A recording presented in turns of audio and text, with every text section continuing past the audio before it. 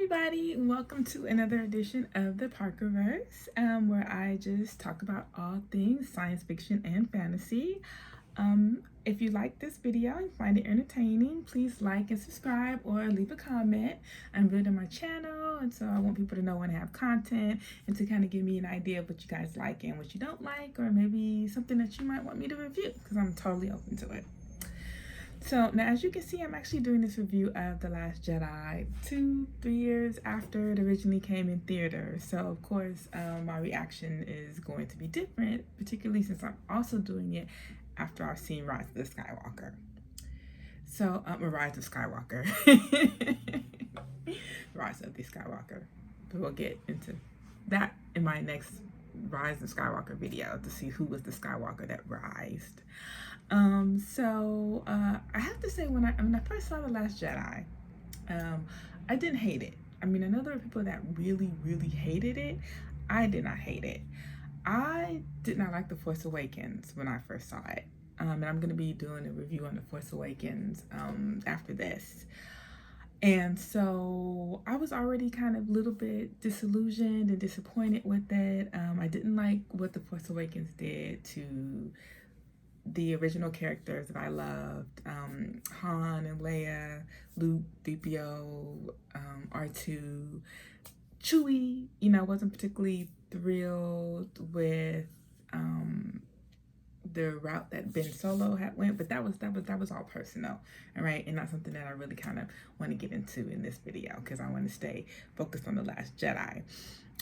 But when I came into this movie, I was sort of hoping, you know, maybe some of those things that I didn't like in The Force Awakens would start to make sense, you know, or maybe be retconned a little bit, or be given to me in a way that would be more palatable for me to take.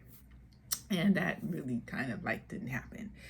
So I want to say that on the face of it, The Last Jedi is actually not a bad movie. Like, I had only seen it the one time when it came out in theaters, which again, for me, somebody who like watches like my favorite sci-fi thing over and over and over and over again, it's just like unheard of. So I liked it, but I didn't love it. But I could see why people did not like it, because while it was an okay movie, it wasn't a good Star Wars movie. And I'm going to get into that a little bit later. So for those of you who don't kind of know the plot, the First Order has successfully taken over the galaxy, and now they're chasing after the resistance that's left. And so for some reason, there's just like a couple of ships left in the resistance, even though the resistance would technically be the Republic, who have been running the galaxy for the past 30 years. But that's really kind of one of the things that's never made sense about the First Order. Like, why is the First Order like so powerful so quickly? I know they destroyed, I think, some of the core systems in the last movie, which may be where the Republic fleet and their army and things are, but that's never, which is why the resistance has no army, but that's never like really explained. It's like the galaxy is huge and big and vast. I mean, Palpatine had to do this whole big, huge plan to take over the galaxy with the Civil War and the Separatists and all these things that beat people down, you know, physically, emotionally, mentally, to take over the galaxy. But the First Order is just able to take over the galaxy in a matter of like 2 days. I mean, I think like the span between like The Force Awakens and The Last Jedi is a couple of days, because she went to go find Luke, and they've already pretty much taken over the galaxy, not to mention everything that they've done like in retrospect. Like, they've apparently, you know, been terrorizing the galaxy for years, kidnapping kids, stripping people minds and all this kind of stuff. And the New Republic had no idea this was going on. They didn't hear rumblings, nothing. They were just blind, see no evil, hear no evil. Like, they just didn't know. Like, it would be one thing if the First Order was doing all this stuff sort of like in the background, so that these insurgents or these terrorists or something like that. But it was like, it just seemed like they came out of the blue, and that they're able to take over the galaxy, the whole big, huge, vast galaxy, in like a matter of like record time. Like it just doesn't kind of like make any sense to me. It never made any sense to me. And they never explained it. So maybe they did like in one of the books, but again, something this important should be explained in the actual like movies, and we have to go to a comic book or this book or this cartoon on Disney Plus to fill in the blanks. So you know that's that. Okay, so meanwhile, the movie starts with them running away from the First Order and they're retreating. Okay, Leia's like, retreat. And Poe's like, no, we're not gonna retreat. We have this chance to take out this big, dreadnought. And so he just ignores Leia's orders, okay? So because of that, a whole bunch of people get killed, including this really brave bomber who we've never seen before, who they keep showing, and the reasons for that will become clear later, okay? So they destroy the Juggernaut, and he makes it back to the ship in time, for them to hyperspace and just to get away. And Leia is like furious at him and demotes him because he just disobeyed orders, which, is kind of crazy. The way he was like, nah, I'm just gonna do what I want to do, right? So then we see Rey. So Rey has finally found Luke Skywalker, and she's, all super, like Luke Skywalker, really humble, really, anticipating kind of like what's going on, really in awe.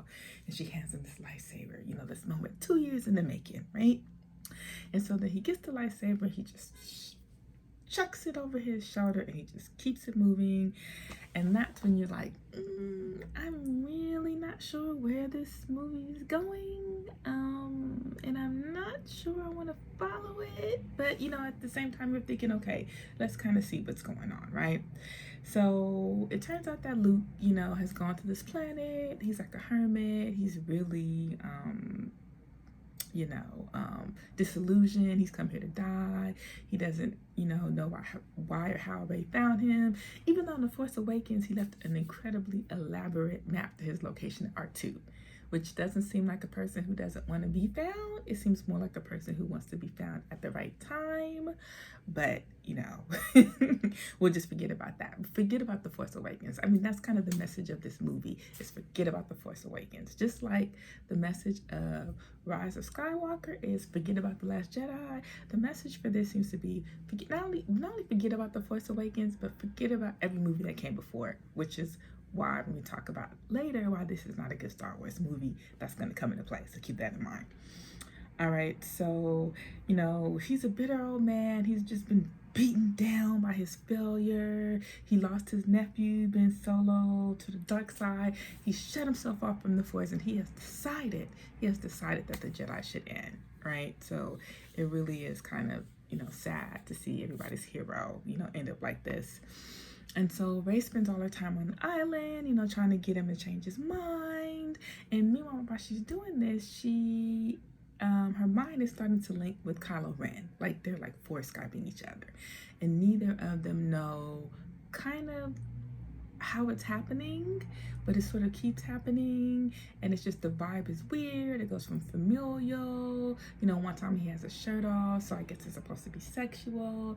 It really, when I first saw it, I was really kind of taken aback by it because there was nothing in The Force Awakens that would seem to be that they would be going that route. Whenever you have a show, a science fiction show, you're always going to have shippers, right? And people who are going to ship couples that don't make sense within the canon. But that's what fan fiction is for, fan groups are for, things like that. You don't necessarily expect to see it on screen. And so when it seemed like they were going the Reylo Rey, it was just weird. I mean, I understood it. Again, I understood why they needed to be connected, because I said, if you're doing a Skywalker saga and your main character is not a Skywalker, you have to tie them to the Skywalkers. But just the whole Reylo romance was just to me for so many reasons. And so during one of their Force Skypings, Kylo reveals to Rey that Luke tried to kill him. And she confronts Luke on this, and Luke is like, you know what? I did try to kill him. I sensed the evil in him, and I just wanted to stop it. And for some reason, that makes Rey forgive every single thing that Kylo Ren's ever done.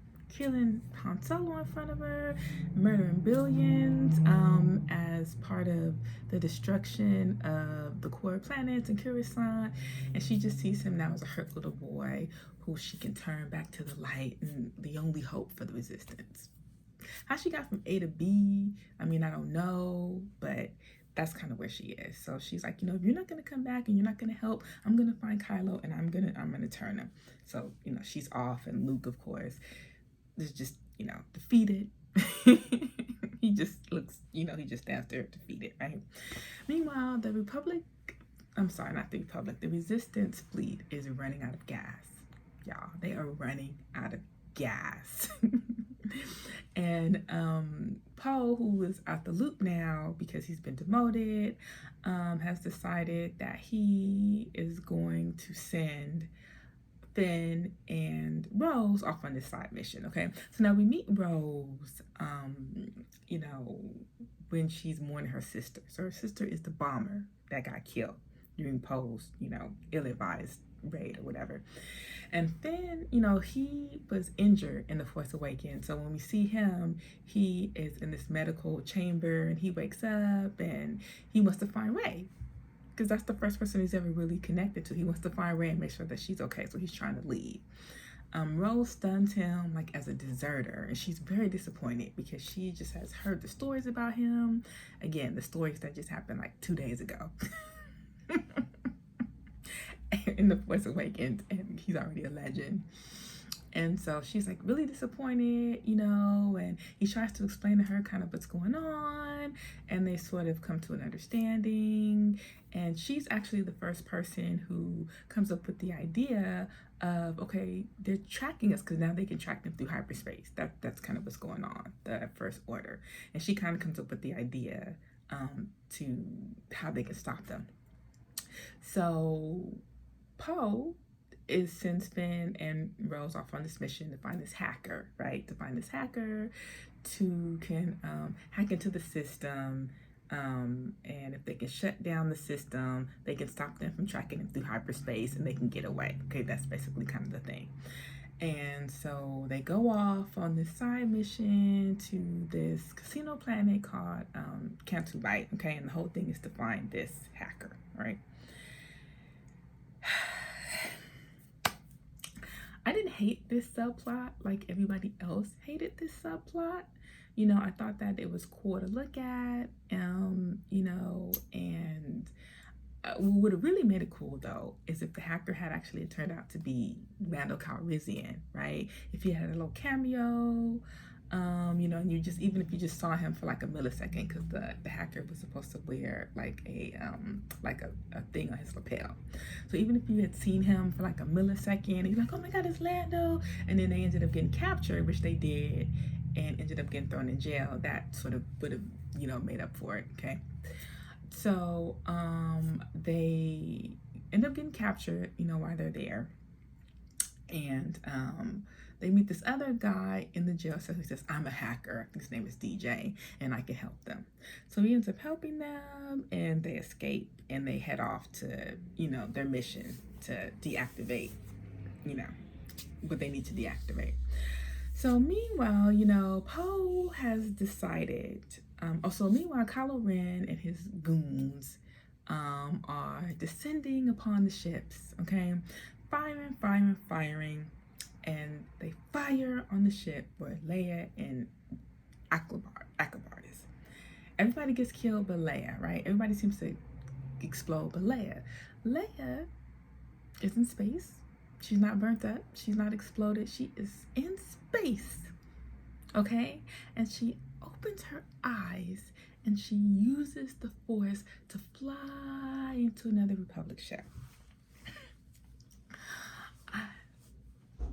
That's ridiculous. I mean, I'm sorry. Like, the way that the Force is used in this trilogy is just ridiculous, okay? Like, the Jedi have a lot of powers, but they're not gods, okay? They can't breathe in outer space. They can't stop themselves from being blown up. They can't do all this Force healing stuff. If they could do all of that stuff, do you really think that Order 66 would have worked? all right? If they had all these godlike powers, do you really think the clones would have been able to take them down like that? Computer says no, all right? But anyway, Leia's exhausted after exerting all of that, and she's unconscious. She's unconscious throughout the movie, right? So now this would have been a great opportunity, instead of killing Akbar off in the ship where Leia was, to keep him as a character and put him in charge, right? And have him have an arc that he deserved. But instead, we bring on this other character. Her name is Admiral Holdo. I don't have a problem with her. I know people had a problem with her because, they felt like she was too, preachy when it came to Poe, and they were just butting heads, and they didn't like that dynamic. I think that there is a certain criticism, a justifiable criticism with her, because she had a plan. She had a plan. All this time she had a plan. But she wouldn't tell anybody the plan, okay? And if she had just said, this is the plan, I guess she figured, I'm in charge, I'm the boss, I don't owe you any explanation. But when people are fighting for their lives, and they're running out of gas, and the First Order's after them, you need to let them know, hey, we have a plan, this is what the plan is, it's going to be all good, right? Because had she done that, Poe would not have sent Finn and Rose to do a mission that they didn't need to do, because she had a plan. She had a plan, all right? And so because Poe doesn't know what's going on, he does this, and he doesn't want to die. He doesn't want his people to die. He does a mutiny, which doesn't work, right? And one of the reasons it doesn't work is because Leia wakes up, and everybody, of course, galvanizes around Leia, and Leia shoots Poe, and he's unconscious, and that's kind of the end of that, right? And so they all get on the escape pod, because it's time to do the plan. It's time to do the plan that she has, right? And the plan is to ram one of their ships using hyperspace into the fleet, which would destroy the fleet and let them get away and escape to this other old rebel base where they can, regroup, right? And the other plan, though, but this is the other part of the plan that to me just didn't make any sense, sorry. So the plan is to get to this rebel base, right? And when they get to this rebel base, they're going to contact their allies in the Outer Rim. The Outer Rim, where we have been told in every Star Wars movie, series, whatever, is where the worst of the worst go. The bounty hunters, the people that are hiding, scum and villainy. What allies? I mean, you expect them to come? Like, why? They're in the Outer Rim. Like, those aren't the type of people that come like Mighty Mouse to save the day. Like, why are those your allies? Are they your allies because some of the core planets have gotten blown up, and so of course they can't help you? And so these are the only people you have left? Like, we don't know. I mean, it's a huge galaxy, so I understand that these solar systems have been destroyed in the last movie, but clearly you have to have other solar systems that were part of the New Republic that can help you. The Outer Rim? It's not explained. It's just not explained. So when nobody shows up to help them at the end, I'm not surprised, because again, it's the Outer Rim. What did you expect? Okay, so I mean, I'm sure maybe there's a reason why they think they're gonna come. Maybe at the end of the Mandalorians all come together and take over the Outer Rim, and who knows? I mean, maybe we'll know that. You know what, Disney, you can have that idea. If anybody's watching from Disney, you can have that idea, right? Because it's a pretty good one. Okay, so anyway, we have Finn and Rose. They make their way onto the ship to do what they're gonna do. They're caught, of course. The hacker turns on them. The plan is ruined. Phasma, all right, who was the female stormtrooper who they made all this big fuss about in The Force Awakens, returns for basically a glorified cameo, right? She and Finn end up getting into a fight. She ends up getting killed by Finn, like during the fight. And Finn and Rose escape. So that's basically their thing.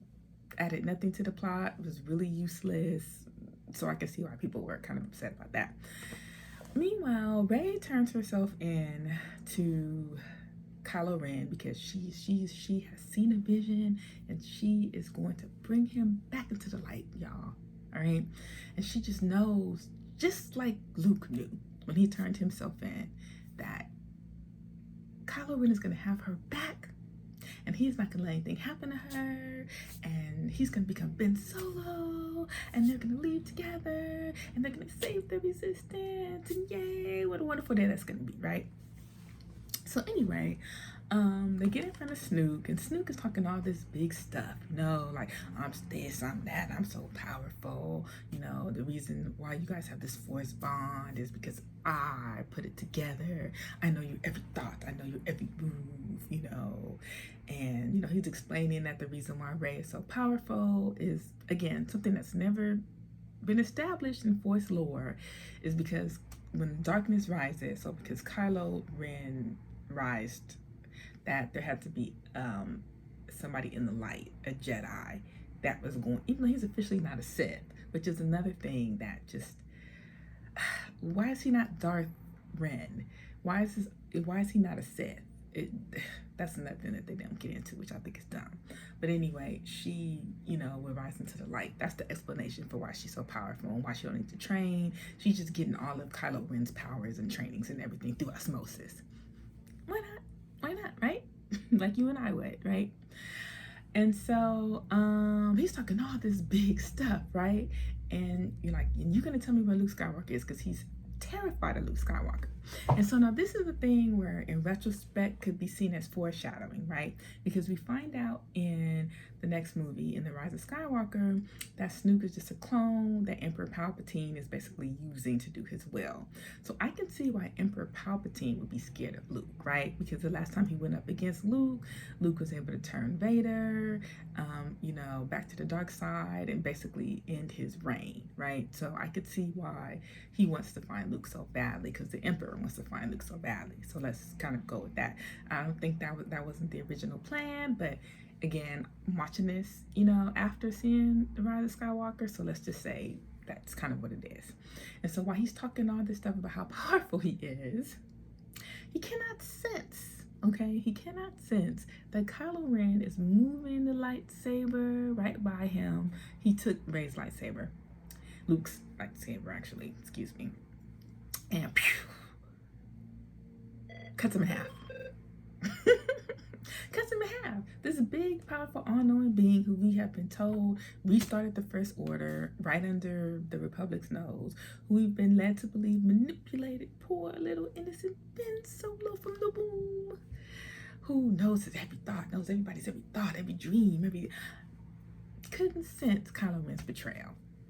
Okay, and again, you know, at the time it seems ridiculous, but in retrospect you could say, hey, maybe this is what the Emperor wanted. Okay, he could sense it, but the Emperor wanted him to get rid of Snoop to move on to his next plan. Okay, so like I said, when you watch The Last Jedi after watching the Rise of the Skywalker, it becomes a better movie, right? Okay, so Rey in her naivete thinks that because he's killed Snook, that he has come back into the light, and that he has been, and now that they go to save the Resistance. Kylo Ren is like, sorry, I'm not doing that. I am Kylo Ren. I'm going to stay Kylo Ren. I'm going to stay in this dark side. It's a dark life for me. However, if you want to stay here, I would love you to stay with me and help me rule. And she's like, well, I'm not going to do that. You know, I can't do that. You know, that's not me. And so she ends up leaving. And how she ends up being able, okay, she's able to actually kind of leave, because what happens is at the time when Holdo does her Holdo maneuver, is when all this is happening. So of course, you know, when she ramps into the fleet, some of the I guess explosions or whatever hit the ship that they're on. And so, you know, Kylo is knocked unconscious and she's able to flee, you know, and get to the Millennium Falcon and all that other kind of stuff. Again, so some of these movies, you just have to go with it, right? So we just going with it. So Kylo wakes up and he announces that, you know, he is the supreme leader, because he starts giving orders, and Hux is like, who are you to be giving orders? You know what I mean? The supreme leader is dead. And then he does this like force choke, you know, and Hux is all like, the supreme leader is dead. Long live the supreme leader. Now, we don't know how the First Order's hierarchy works. So just him automatically being able just to be the supreme leader just because Luke is dead and he has little force powers, I don't know. I mean, Darth Vader, I don't think Darth Vader would have been able to just become the Emperor if something had happened to the Emperor, because he was still taking orders from people in the first movie. So I don't know. But again, just he's now the leader, right? And he's going to go find those rebels or resistors or whatever they're called in the sequel. And so, they're off to do that, and they find them. They find them on this planet. I think it's Crate or whatever it's called, salt mine. Really cool to look at. Just the visuals are beautiful. It's, the salt is red. It's just great, right? And the resistance, they're just like, nobody's coming. Nobody, no scum and villainy and gangster from the Outer Rim is coming to help. And, Leia's like, all hope is lost, right? And in that moment, Luke appears, all right? Luke just appears out of nowhere, and everybody's like, and Luke is like, I've come to face Kylo. He apologizes to Leia, and he's, for everything that happened, he's like, I've come to face Kylo Ren, right? And so he goes off and he faces Kylo Ren, and Kylo Ren sees Luke, and he just freaks out. He freaks out. He's like, fire everything, fire, just on him. So they're firing everything, and Hux is like, this is ridiculous, right? You think you got him? Like, and so then they stop firing, and then you see Luke is still there, and everybody's like, what the heck? And so then he's like, I'm gonna face him. So, he stretches on down there in his black, and he's gonna fight Luke, and, Luke is there, and they have their little, banter, and he's like, have you come to save my soul? And Luke is like, I've come to kick your ass. And they start fighting. And so meanwhile, Finn and Rose have made their way back to the, where they're at. And he's like, we gotta help them. And Poe's like, no, like, he came back here for a reason. Like, he's helping us, buying us time to escape, right? So they figure out, like, in the meantime, while they're fighting, like, where the exit is. And Rey shows up, of course, just in the nick of time, because the exit is blocked by, like, rocks. And then she lifts the rocks, and they all get out, and all the people that are left, and they end up running into the Millennium Falcon to get away. Meanwhile, Luke and Kylo aren't really fighting. I mean, they're not really fighting. Like, Luke is like more dodging him, and he's like, I'm gonna get you, and all this other kind of stuff. And then, Luke is giving, his big speech, he's having his big Obi-Wan moment. If you strike me down, I shall be more powerful, because I will still be with you the way that your father is with you. And then he stabs Luke, and Luke, he realizes that Luke is basically a hologram, right? Luke is basically a hologram, and he's not there. So then Luke is like, see you around, kid, which actually is a very Han Solo thing to say. I think Luke probably would have said something, like,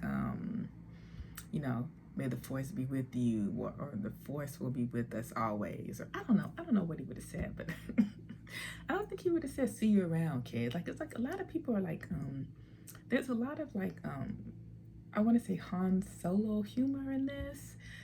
Poe, who clearly is a Han Solo archetype with the jokes and what he says. Finn, Chrome Dome, like, when he's going up against Phasma. See you around, kid, and just stuff that Luke, that other characters wouldn't, like, do. And everybody loves Han, but everybody can't be Han. You know what I mean? And so they need to be their individual characters with their individual quirks and sayings and different things like that.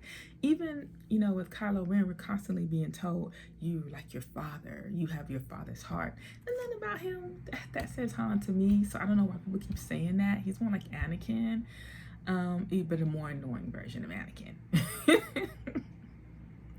So, and I'm talking about movie Anakin, not Clone War cartoon Anakin, who's actually pretty cool. But so anyway, he realizes that they're being tricked. They run into the rebel base, and the rebels have, like, all gotten away. Okay.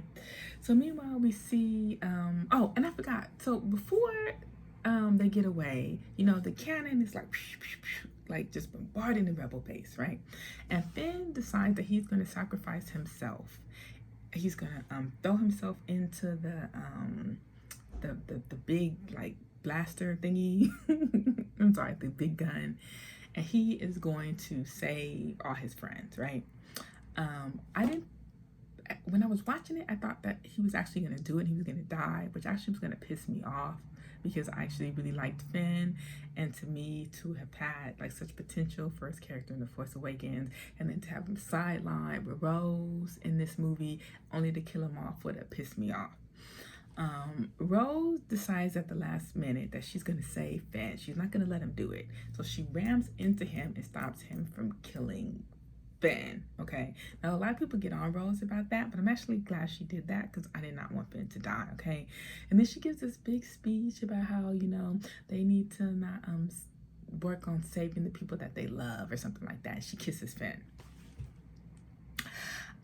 I guess we're supposed to think that this is the beginning of a beautiful romance, even though the two have like no chemistry and only known each other again for like 16 hours. So them being in love is like ridiculous.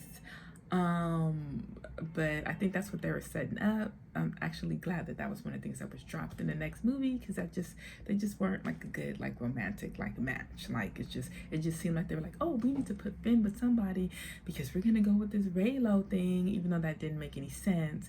And so let's just throw Finn off on the new chick, and that I didn't like that at all. Okay, I think a Finn Kylo Rey triangle would have actually been really, really good if handled well. And people don't like triangles and all that kind of stuff, but not a triangle in the sense of course it's a Star Wars, so you're not gonna have like a lot of romance, but like the push and pull between the two sides, and Finn representing one thing and Kylo Ren representing another. I think that would have been interesting, but who am I? They didn't do that, right? And so again, they're on the ship, and it's like two of them left. And Rey and Leia talk about Luke dying and how he felt at peace, and but she's like, what are we gonna do now? Everybody is it's only like two of us. And Leia, because now Leia speaks like a sage. She speaks like a sage, not as a person, not as the Leia that we knew, but she speaks as a sage, just giving bits of wisdom and advice, and cliches. She says, we have everything that we need. And that is The Last Jedi. It just ends like on that note. Now, the thing about The Last Jedi is that it pretty much wraps up a lot of the arcs. And it's only the second movie, right? You have Finn's arc, which is never explored, right? Being a stormtrooper, being kidnapped, Phasma having something to do with that, sort of being his arch nemesis, and him trying to figure out who he is and where he come from, and having to, battle her, literally battling his past, which should have been a 3, movie arc. Done. Phasma's dead. Who is Rey? Who is Rey? Who's, because they tease that she had an epic lineage, right? Oh, guess what? She's nobody. Arc done. Poe's arc, I guess, was he was supposed to go into this leader. So he basically went from being a hothead to a great leader in this movie.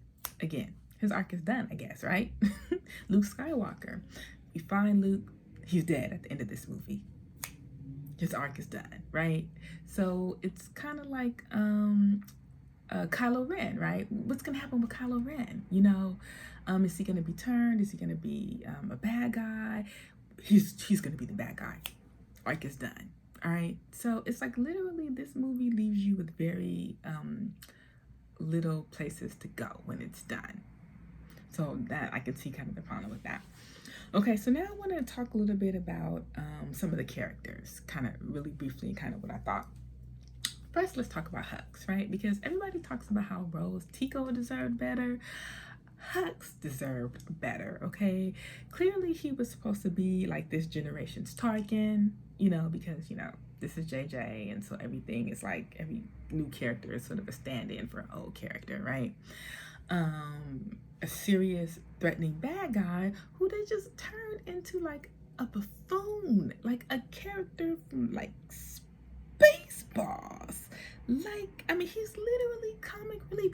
How are we supposed to take the First Order seriously as a threat, as the new empire, when you have a buffoon like that who is apparently one of the people that's running it? Like, and then what is his story? Like, we never got to see his story really. How was he like in this position? Why was he dedicated to the First Order? How did he become second? Him and Kylo sort of become like Snoke's right hand men.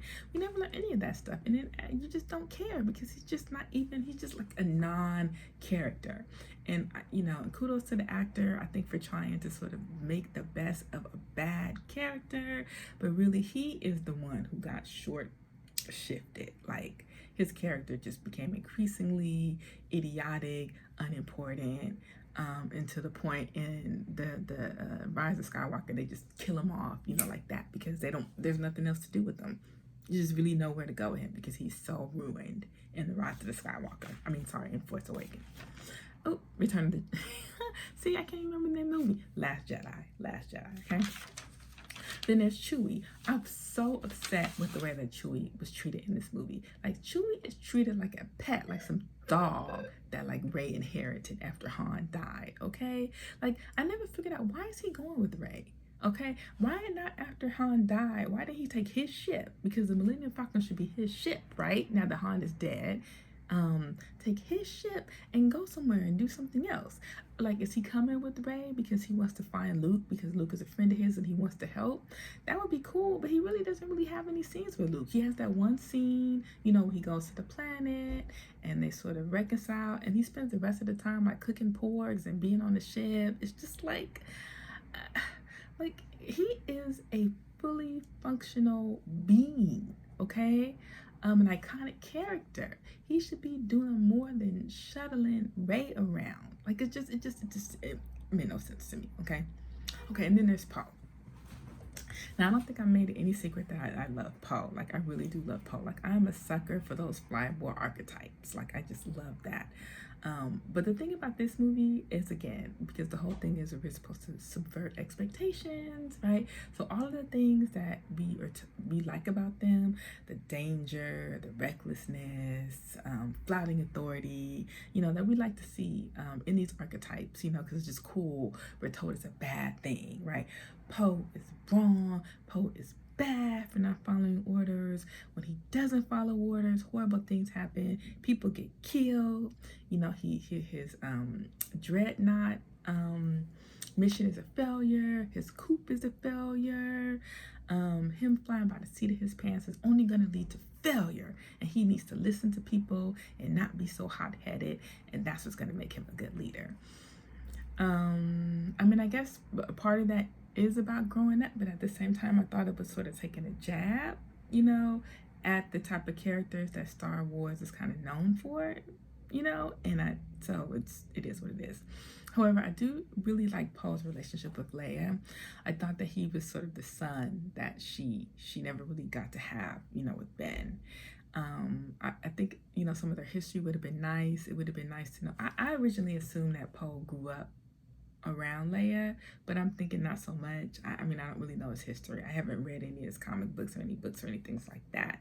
But I always thought that it would have been cool if Poe was sort of like a surrogate son to Han and Leia, and Ben was sort of jealous about that, and it was sort of that dynamic. Another thing that made Ben feel like an outsider, but they didn't go that route, so that's just me. But that's what I would have done. Have Han really, bond with Poe, again, making been jealous and sort of feeding into sort of his insecurities and why he was the way that he, was.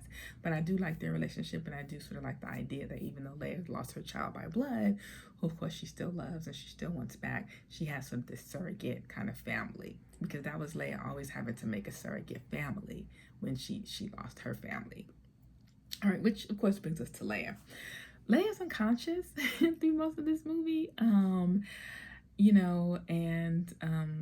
When she's awake, she's being a leader and different things like that, but she really has no big role in this movie.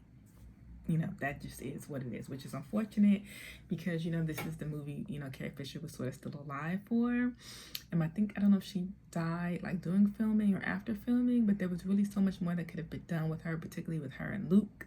And they just opted not to. Again, wasted opportunity with the original three. Okay, and so now let's talk about Finn. So Finn goes from comic relief, which I didn't particularly like, to being somebody that needs to be taught a lesson. So Finn's whole arc is that he needs to be taught a lesson about why this war is so important and why he needs to be in the struggle. And he needs to be taught this lesson by Rose, right? The whole thing, you know, when he goes to Canto Bight, he's enamored with the planet. You know, he's a person who's never been anywhere. He's pretty much lived his whole life on a ship. So I think it's natural that he would go somewhere like that and be like, ooh, you know, just because he's never really been a lot of places. It's similar to in the first movie when you have her, Rey, who's never been off of Jakku and just like enamored like with other planets and with, you know, greenery and all this other kind of stuff, right?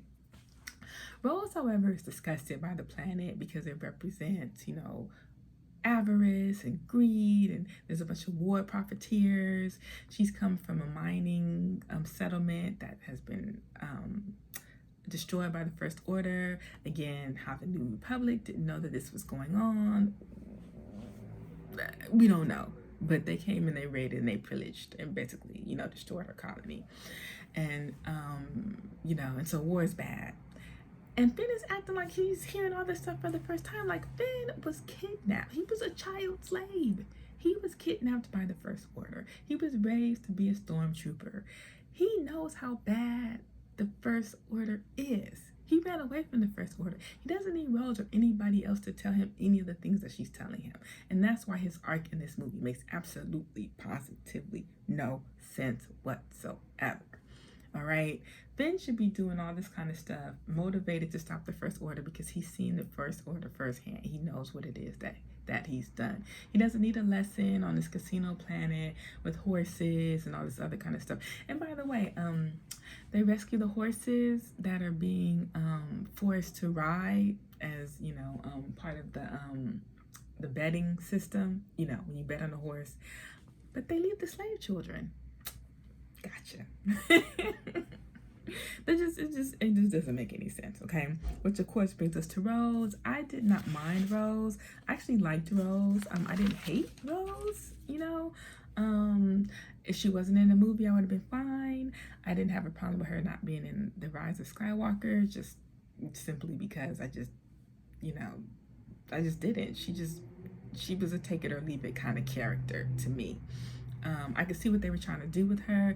They were trying to but again, trying to put an ordinary person to be in every man or every woman in the Skywalker saga is not the way to go. All right, that's not what you do. That's not what the Skywalker saga movies are about. So she was just an ill-conceived character, just all the way around. So that's that. Okay, so then there's Kylo Ren. Okay. So looking at this movie, it seems to me Kylo Ren did not endear me in the last movie. He just didn't. I wasn't a particular fan of his. I thought he was just a whiny little Dollar Tree Darth Vader brat. And in this movie, he does very little to change my mind. But what I thought was interesting about this movie was Snoop just talked crap about him, told him that he, could never be as good as Vader, to take off that stupid mask.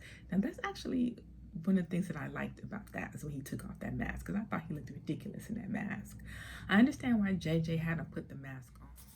Now I understand why JJ had him put back on the mask, because taking off his mask was supposed to be part of his redemption arc, right? Clearly that was supposed to happen in the third movie. However, it seemed to me that in this movie, Rian Johnson, of course, subverting expectations, was taking the redemption arc off the table, okay? After he killed Snoop, he was clearly supposed to be the big bad. He was supposed to have committed to the dark side of the Force and can no longer be saved in the way that Darth Vader was saved. And the reason why I say this is because in the movie, everybody gives up on him. Everybody gives up on him. Leia says, you know, my son is truly gone. You know, for so many I'd held out hope, but he can't be saved. Luke pretty much, when he comes to Leia, says, I cannot save Ben. He cannot be saved. And then Rey literally closes the door on him when he's trying to reach out to her that one last time, and she's like, you know, Bridges, I want nothing to do with you. And then, of course, it's symbolically when he picks up the dice, these dice that are all of a sudden so important to Han Solo, even though we've never seen them before, right? The dice that are there that Luke had given to Leia earlier to represent Han. He puts them in his hand and the dice disappear, all right? So he's literally lost everything, right? He's lost everything that's made him Ben Solo. He's lost his uncle, he's lost his mom, he's lost his dad, and his one last chance for redemption, Rey or whatever, is gone by choice, okay? And, you know, and so he talks about, you know, no longer seeing, not that he doesn't even want to be redeemed, okay? He doesn't see, you know, life as being, you know, good or bad, okay? He sees things sort of in shades of gray, order and chaos. But ironically, when you see things in order and chaos, it becomes, well, I'm the person to bring the order. Who are you to do that, right?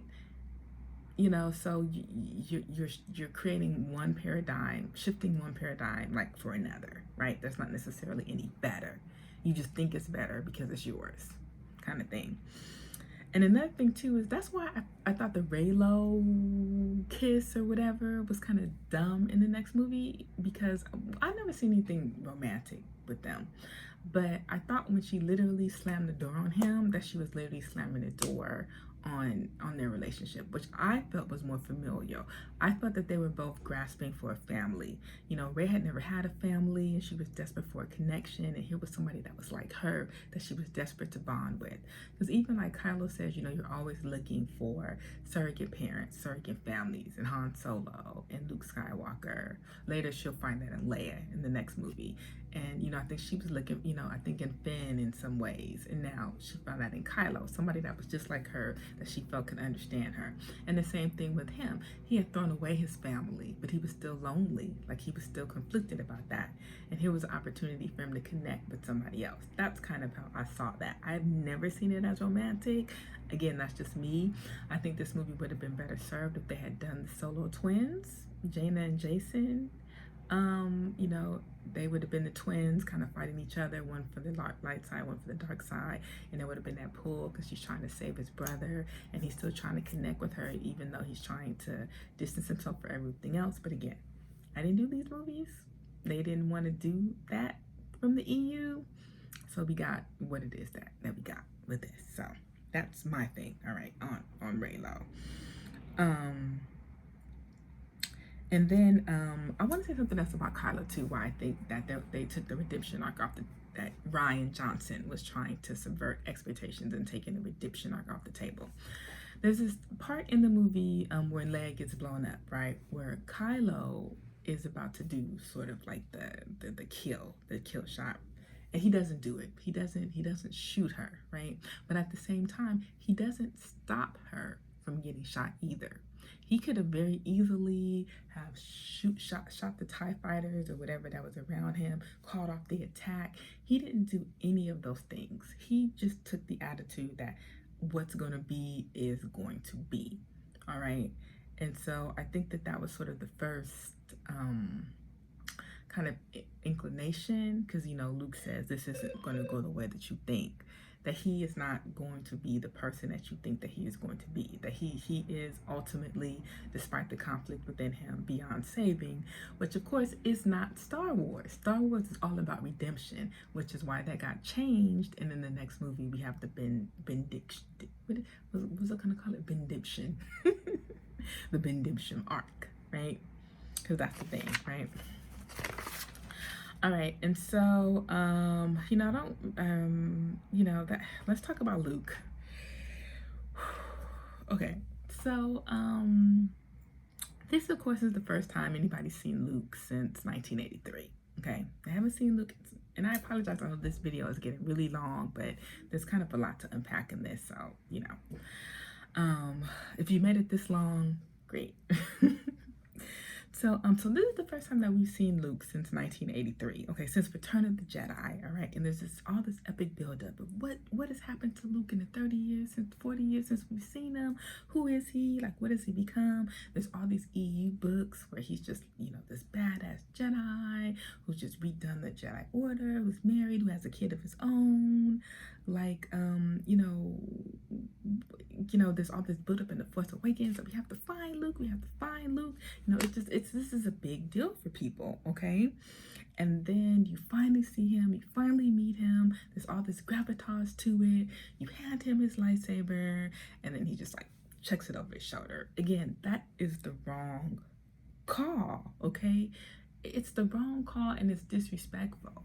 All right, and maybe not disrespectful in the context of the movie, but again, you're not just telling one movie. You are telling a movie in the context of 40 years of history, okay? You have to stay within the parameters of the Star Wars universe, what the fans expect, what the fans needed, and that just was not the right call. Just to say, all your expectations don't matter. Who you think Luke Skywalker is doesn't matter. It just doesn't matter. All right, this is not going to go the way that you think, and you're going to like it. Like, no, like, that's just not the way that you treat your fandom. I'm sorry, and I talked a lot about, Luke looking confused and troubled and, giving up. And Luke says some things too, like in this movie, which is why I want to talk about sort of how, this is not a Star Wars movie. But before I get to that, let me just finish up with Rey. I don't really want to get into a lot about Rey's character because there really isn't a lot to get into, right? There's the complaints that she's overpowered. She is overpowered.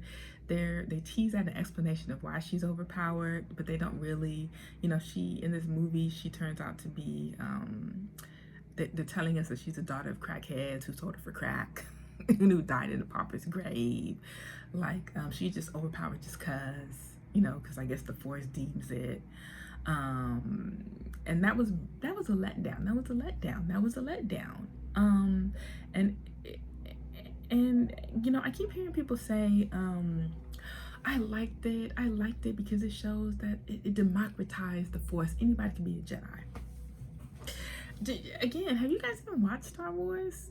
Like, anybody who had the mitochondrial count can always be a Jedi, okay? Like I said, you don't have to have some kind of famous blood lineage. As a matter of fact, most people didn't because the Jedi were monks, okay? Monks and monkettes. They weren't supposed to get married. They weren't supposed to procreate. So there were no bloodlines.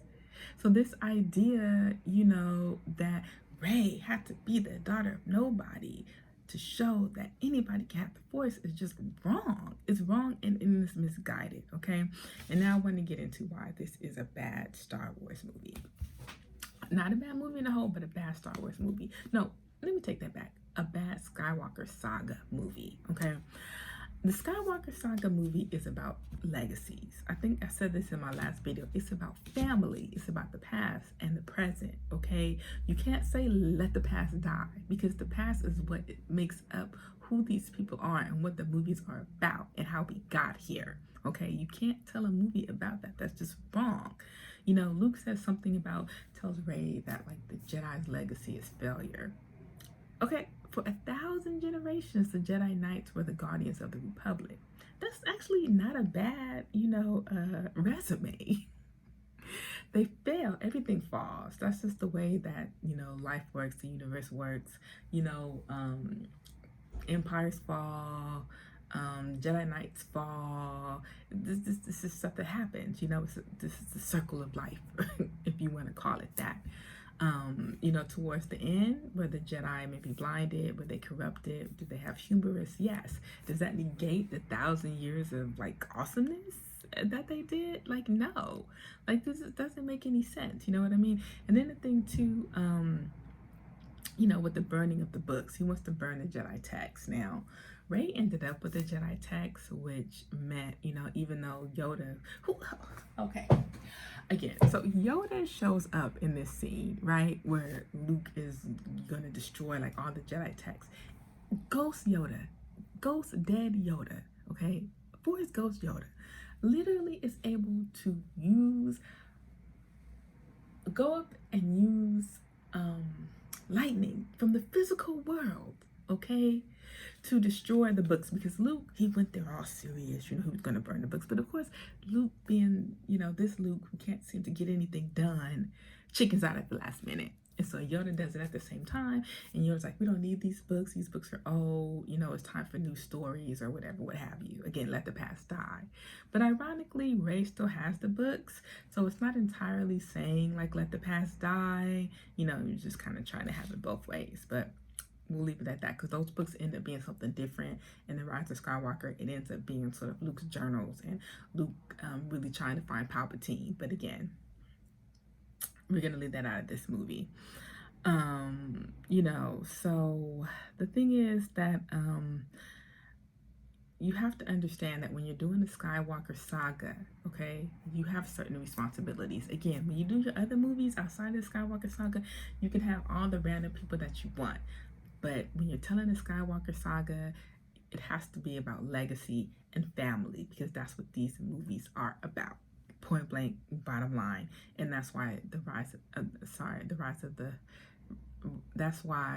Skywalker, whether you love it or hate it, to me is a good Star Wars movie, while this movie, The Last Jedi, is not a good Star Wars movie.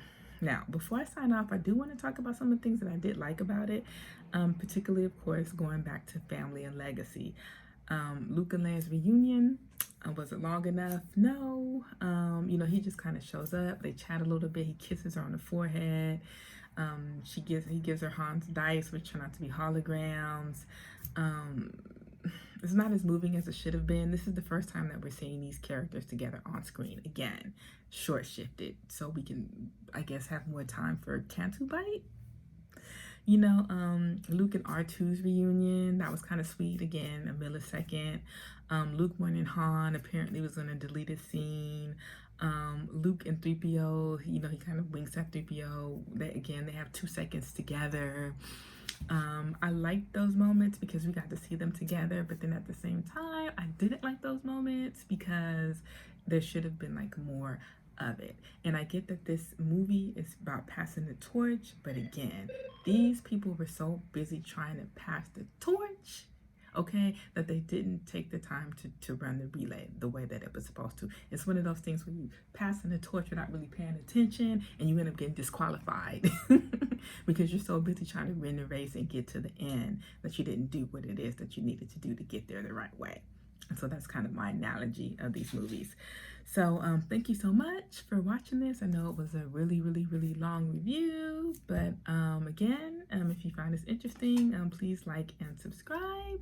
And I look forward to my next video. Thanks, and may the force be with you.